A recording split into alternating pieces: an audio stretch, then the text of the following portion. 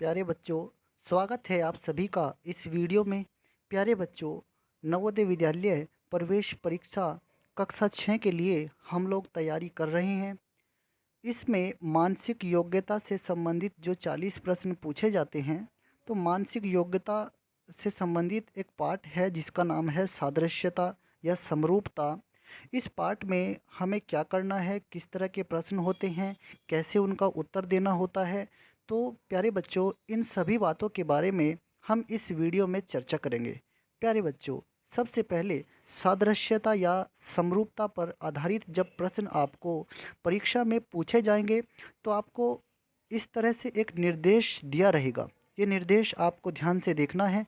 इस निर्देश को जब आप ध्यान से पढ़ेंगे, तब आपको पता लगेगा कि आपको परीक्षा में क्या करना है। पहले आपको निर्देश पढ़कर हम बताते हैं। निर्देश इस तरह से है। नीचे दिए गए प्रत्येक प्रश्न में दो प्रश्न चित्रों के दो सेट दिए गए हैं।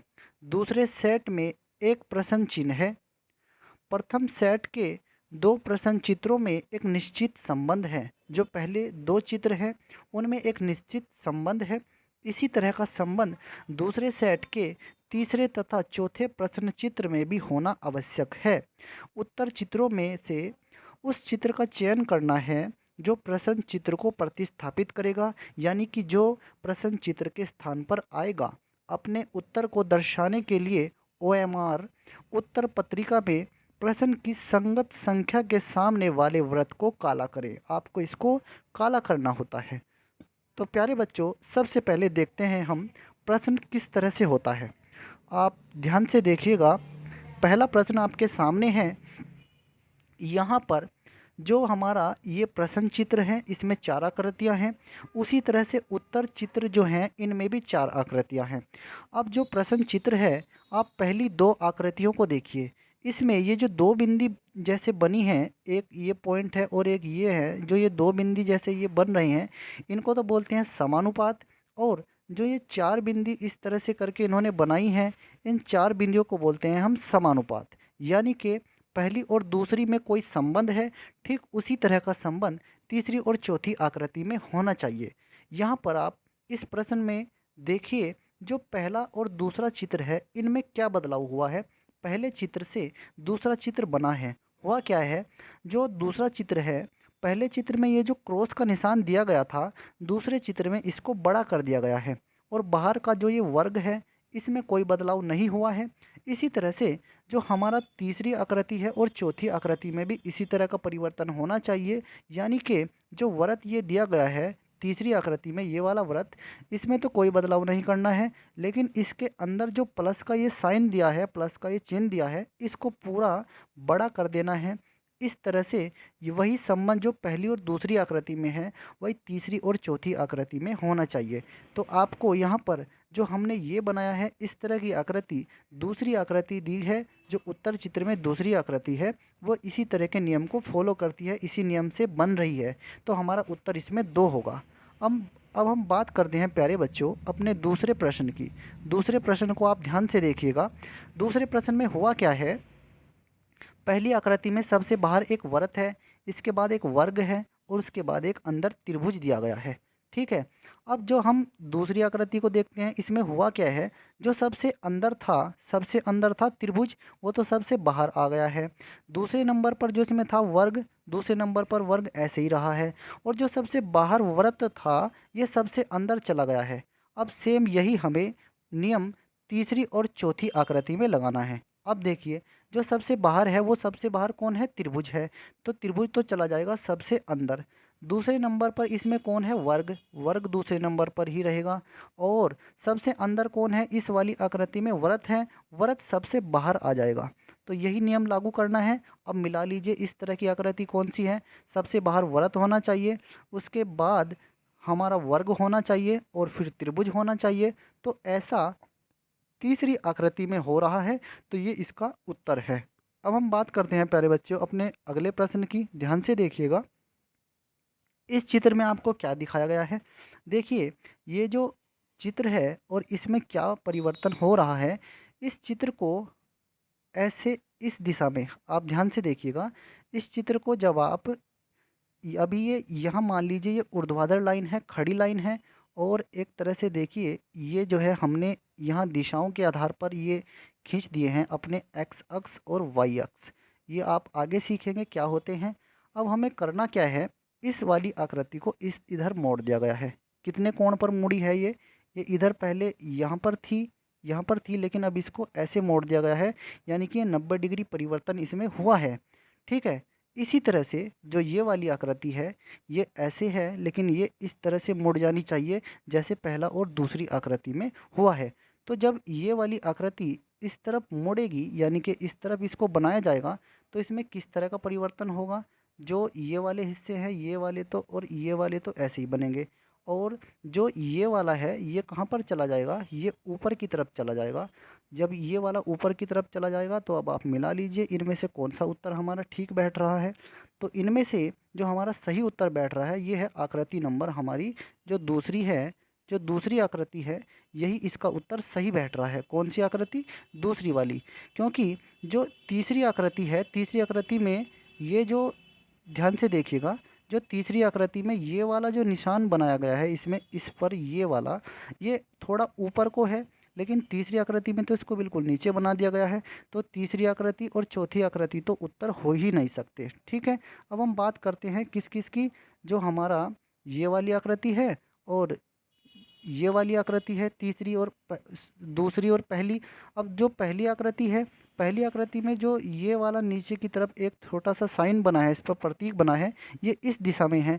अब जब इसको आप घुमाएंगे तो आपको ये इधर लेकर जानी है। तो इधर लेकर जाएंगे, जो हमारा ये तीर का निशान है, तीर का निशान इसी तरह से जो है ऊपर चला जाएगा, यानी कि ये वाली आकृति इसमें सही बैठेगी। तो आपका इसमें उत्तर होना चाहिए दूसरा। अब हम बात करते हैं प्यारे बच्चों अगले प्रश्न की। इस चित्र को आप ध्यान से देखिएगा। इस चित्र में क्या क्या परिवर्तन हो रहा है, पहली आकृति और दूसरी आकृति को ध्यान से देखिएगा। इस आकृति में ये जो यहाँ पर तीर का निशान बना है, इसको आप समझिए ये वाले को तो नीचे लेटा दिया गया है जैसे कि, और ये वाले को इसको ऊपर की तरफ ले जाया गया है। ठीक। इसी तरह से अगर आप इस वाले चित्र की बात करेंगे तो इस चित्र में क्या होना चाहिए, जो ये वाली लाइन है इसको ऐसे लेटाया जाना चाहिए, और जो ये वाली लाइन है इसको ऐसे खड़े कर देना चाहिए। तो फिर आपकी आकृति कुछ इस तरह से बन जाएगी। तो ये वाली आकृति है इसमें हमारी चौथी आकृति। तो इसका उत्तर हो जाएगा 4। नेक्स्ट प्रश्न हम देखते हैं प्यारे बच्चों। हमारा पांचवा प्रश्न है। पांचवें प्रश्न को आप ध्यान से देखिएगा। पांचवें प्रश्न में आपको क्या दिखाई पड़ रहा है। अब पांचवें प्रश्न में देखिए, यहाँ पर ये वाली आकृति में और इसमें कोई संबंध है। संबंध क्या है, जो हमारा त्रिभुज था उसको बड़ा कर दिया गया है। ठीक है। और जो ये क्रॉस का निशान था इसको यहाँ पर लाया गया है, और जो ये बड़ी लाइन थी इसको छोटा कर दिया है और नीचे लेकर आ गए हैं। अब यही संबंध जो पहली और दूसरी में है वही संबंध तीसरी और चौथी में होना चाहिए। यानी कि हुआ क्या है, जो इसमें जो हमारी ये त्रिभुज थी ये इसमें बड़ा कर दिया गया है, यानी कि फिर ये जो वृत्त है इसको बड़ा कर दिया जाएगा। अब वृत्त किस किस में बड़ा है, एक तो हमारा दूसरी वाली आकृति में और एक चौथी वाली आकृति में, इन दोनों में वृत्त को बड़ा कर दिया गया है। ठीक है। तो पहली वाली आकृति उत्तर नहीं हो सकती और ना ही तीसरी वाली आकृति उत्तर हो सकती है। तो हमें दूसरी और चौथी में ही ढूंढना है अपने उत्तर को। अब आगे देखिए आप ध्यान से। अब जो इसमें ये वाली त्रिभुज को बड़ा किया गया था, अब जो नीचे का क्रॉस था इसको ऊपर ले गए थे, यानी कि इसमें जो ये प्लस है नीचे से ये चला जाएगा ऊपर, नीचे से ये प्लस जो है ऊपर चला जाएगा। अब देखिए हमारे उत्तर दूसरी आकृति में या फिर चौथी आकृति में मिलेगा। अब नीचे का जो ये वाला प्लस था ये तो ऊपर चला गया है, तो ये ऊपर आ गया है। और जो ये इसमें बीच में आयत बना है इसको छोटा कर देना है, जैसे यहाँ पर बीच में जो लाइन थी उसको छोटा कर दिया गया है तो आयत आ जाएगा नीचे। ठीक है। तो इस तरह का परिवर्तन सिर्फ चौथी आकृति में हुआ है, तो हमारा उत्तर होगा ये वाला चौथा। ठीक है प्यारे बच्चों।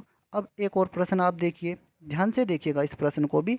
इस तरह से जब आप प्रश्न करेंगे तो आपकी एक अच्छी समझ विकसित हो जाएगी और आप इन प्रश्नों को आसानी से हल कर लेंगे। प्यारे बच्चों, छठा प्रश्न आपका क्या है, इसमें आपको क्या करना है, यहाँ वाले को और ये वाले चित्र को ध्यान से देखिएगा। इसको हमने उल्टा कर दिया है, इस वाली आकृति में ये उल्टा हो गया है। ठीक है। और जो ऊपर के +2 थे ये अंदर आ गए हैं, और जो अंदर ये प्लस के 3 निशान बन रहे हैं ये नीचे आ गए हैं।